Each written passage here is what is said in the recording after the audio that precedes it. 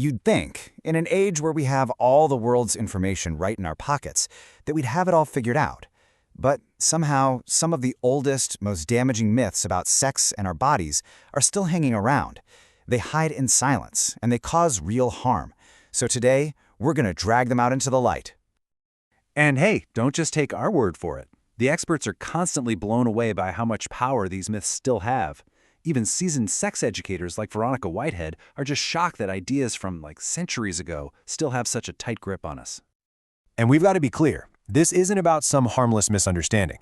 This kind of misinformation leads straight to shame, to anxiety, to a serious lack of confidence, and sometimes even physical pain. It creates fear where there really should be understanding. So, all right, let's dive in and get to the facts. Okay, first up, let's talk about the myths that are all about our bodies themselves. Specifically, these really persistent ideas that our bodies are somehow fragile and easily broken. Let's kick things off with a seriously old one. As Dr. Harris Berkey points out, there was this medieval belief that semen was some kind of vital fluid. The idea was that it was literally your life force, your power, stored right there in your blood. And that one single idea?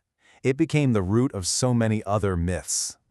So the thinking went that any loss of this so-called vital fluid, whether it was through masturbation or even just nocturnal emissions, was a huge, dangerous loss of your personal power. And the consequences they cooked up, they were terrifying. We're talking weakness, memory loss, bad eyesight, even infertility, you name it. People were genuinely told they were destroying their health. All right, let's just shut that one down with some actual science. That feeling of strength, of vitality, it has absolutely nothing to do with saving up a fluid. It's all about hormones, mainly testosterone. As experts like Dr. Berkey and Dr. Mehta explain, your testosterone levels just naturally change throughout your life. That's what affects your energy, not some make-believe life force. Now let's tackle another massive myth about the body, one that's caused so much anxiety and judgment for centuries. This idea that the hymen is some kind of physical barrier, a literal seal of virginity. So the myth paints this picture of the hymen as a seal that gets painfully broken. But the reality? It's completely different. Medically speaking, it's just a thin, flexible piece of tissue that's almost never a complete barrier. It's different for every single person, and it could easily stretch or just wear away from totally normal things like playing sports or using a tampon. It is absolutely not a reliable or medically sound indicator of anything at all. And this quote from Veronica Whitehead really gets to the heart of it. This whole conversation isn't about breaking barriers. The real goal here is to shift our entire perspective, to move away from these old ideas of damage and pain, and move towards connection and respect. You can see how these misunderstandings about our bodies lead right into a whole other category of myths, myths about performance. And those are so often fueled by the totally unrealistic stuff we see in media, and especially in porn. So let's just start with a quick reality check on timing. If you had to guess the average length of intercourse based on what you see in movies, you'd probably say what, 30 minutes? An hour? Well, the reality is a lot different. According to Dr. Neha Mehta, the actual average is just 5 to 7 minutes. A huge reason for this massive gap between what we expect and what's real, it's porn. The fantasy world of porn is all about edited, non-stop, purely physical performance. But sexual reality, that's a whole different ballgame. It's built on things like emotional connection and actually communicating about what feels good. And yeah, it happens on a much shorter, more realistic timeline. Just as Dr. Mehta puts it, porn is never real. It sets this impossible standard.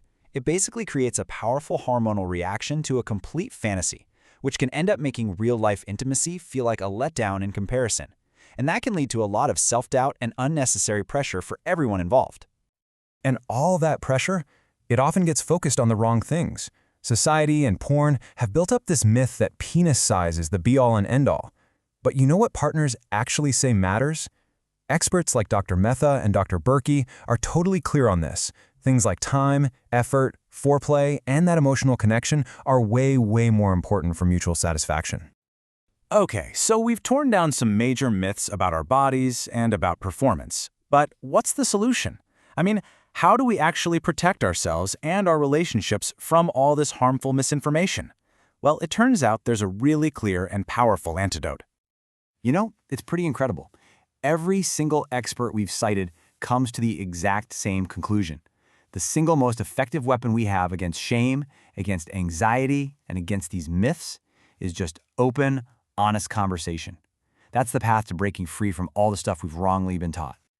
But I know, how do you even start a conversation that can feel so awkward or difficult? Dr. Mathis says you just have to start small. Set aside maybe 5 minutes a day, not for talking about bills or chores, but to simply ask your partner, how are you feeling? Then, maybe once a month, check in and ask, how can we be better for each other? It's all about creating a safe space to talk about needs, wants, and desires. If there's just one thing you take away from all this, let it be this. These myths only have power over us when we're silent.